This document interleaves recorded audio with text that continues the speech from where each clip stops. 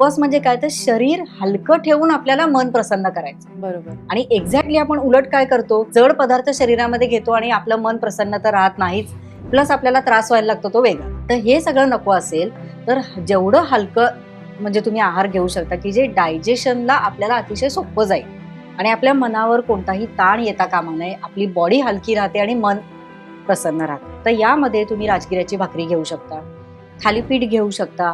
यानंतर वरई. आता कसं आहे माहितीये का, की बऱ्याच जणांकडे काही पदार्थ चालतात, काही पदार्थ चालत नाही. हे ज्याचं त्याचं ट्रेडिशन आहे किंवा ज्याची त्याची पद्धत वेगळी आहे. तर हे सुद्धा आहे. मग तुम्ही वरई घेऊ शकता किंवा भगर ज्याला आपण म्हणतो तर ते घेऊ शकता. राजगिऱ्याच्या पिठाची भाकरी, लाल भोपळा, दुधी भोपळा बऱ्याच जणांकडे, भेंडी सुद्धा चालते बऱ्याच जणांकडे.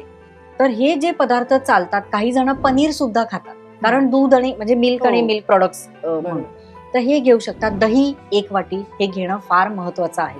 मग ते ताजं दही घ्या. आता बरेच जण म्हणतात की दह्याने सुद्धा ऍसिडिटी होते किंवा त्रास होतो. तर ते त्रास न होण्यासाठी दही आणि ताक हे काय म्हणू आपण त्याला, प्रोबायोटिक आहे की ज्याच्यामुळे तुमचं डायजेस्टिव्ह सिस्टीम खूप छान राहते.